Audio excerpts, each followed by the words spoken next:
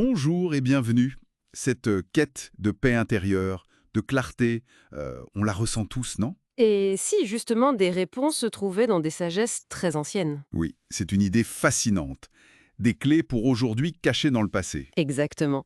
Alors aujourd'hui, on explore les enseignements de trois figures majeures de la pensée orientale. Bouddha, Confucius et puis Lao Tse. On s'appuie sur un script vidéo qui tente de les rendre accessibles. D'accord. Et l'objectif, c'est quoi exactement? L'objectif, c'est d'en extraire un peu l'essence, de voir comment on pourrait appliquer concrètement leurs idées pour vivre mieux, tout simplement. Alors c'est parti pour décortiquer ça. Commençons peut-être par Siddhartha Gautama, le Bouddha. Son idée centrale, c'est que la souffrance, elle naît de l'attachement. De nos désirs, en fait. Hmm, L'attachement, voilà. Et les fameuses quatre nobles vérités, elles nous disent que, bon, la douleur existe, c'est un fait. Mais on peut s'en libérer. Mais comment ça marche, cette libération concrètement? Alors là, oui, c'est là que ça devient puissant. Bouddha nous dit un truc assez radical, en fait. Notre course effrénée vers le bonheur, c'est souvent ça qui nous rend malheureux. Ah oui, le paradoxe. C'est ça. La vraie leçon, c'est que la liberté, c'est pas obtenir toujours plus, mais plutôt désirer moins, lâcher prise, tu vois. Lâcher nos attentes, nos possessions, c'est ça la voie vers la paix. C'est un sacré défi quand même, hein, face à la société actuelle, la pression de réussir, de consommer. Carrément.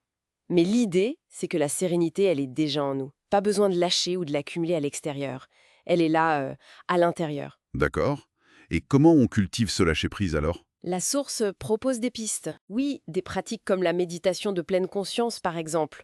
Même quelques minutes par jour, juste observer ses pensées sans s'y accrocher. Observer sans jugement. Exactement. Et aussi apprendre à voir nos désirs quand ils arrivent, mais sans forcément sauter dessus immédiatement.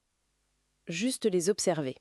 Et puis, cultiver la compassion. La compassion. Envers soi-même aussi. Oui, envers soi et envers les autres. Ça aide beaucoup à dissoudre cet attachement, cette crispation. Intéressant. Changeons de cap maintenant. Confucius.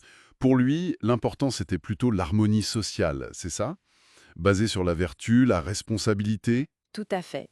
L'idée que chacun a un rôle, parents, enfants, citoyens, et que l'harmonie collective dépend de la façon dont chacun remplit bien son rôle.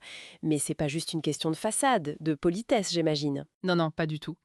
Pour Confucius, cette harmonie extérieure, elle découle directement d'une discipline intérieure, d'une éthique personnelle forte. L'ordre dehors vient de l'ordre dedans, si on veut. Donc le respect, l'intégrité, c'est ça le ciment social en quelque sorte? Voilà, le respect mutuel, l'honnêteté de chacun. C'est ça qui fait tenir la société ensemble, selon lui. C'est une vision assez structurée. Et concrètement, au quotidien, comment on applique ça, ces vertus? Par des choses simples en fait. La politesse, mais une politesse sincère, l'écoute réelle de l'autre, tenir ses promesses, même les petites. Respecter ses engagements? Oui, et puis cultiver la bienveillance, la droiture, la loyauté dans nos relations. C'est un travail sur soi constant, mais qui bénéficie à tout le monde. D'accord. Bon, troisième figure, Lao Tse et le taoïsme.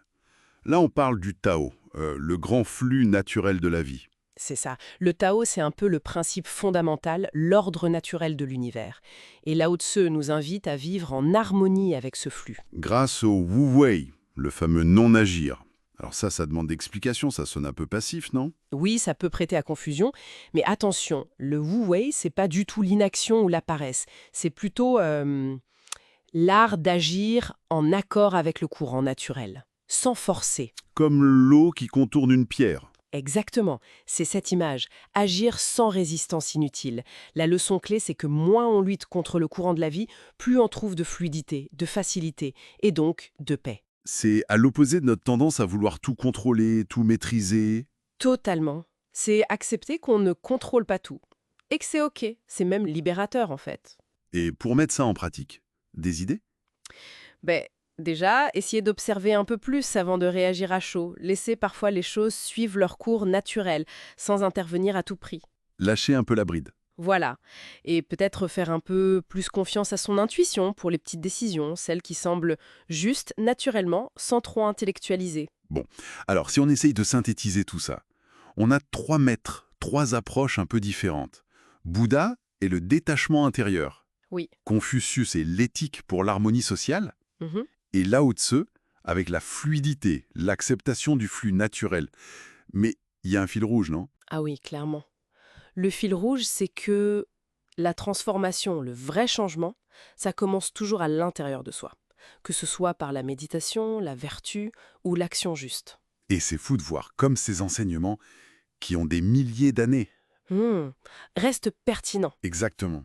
Face au stress, aux divisions actuelles, au manque de sens parfois, ces sagesses offrent des outils vraiment puissants.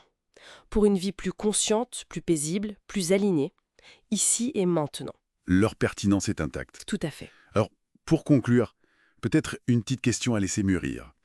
Parmi ces trois voies, le lâcher-prise, la vertu au quotidien, l'action fluide, y en a-t-il une qui résonne plus particulièrement aujourd'hui?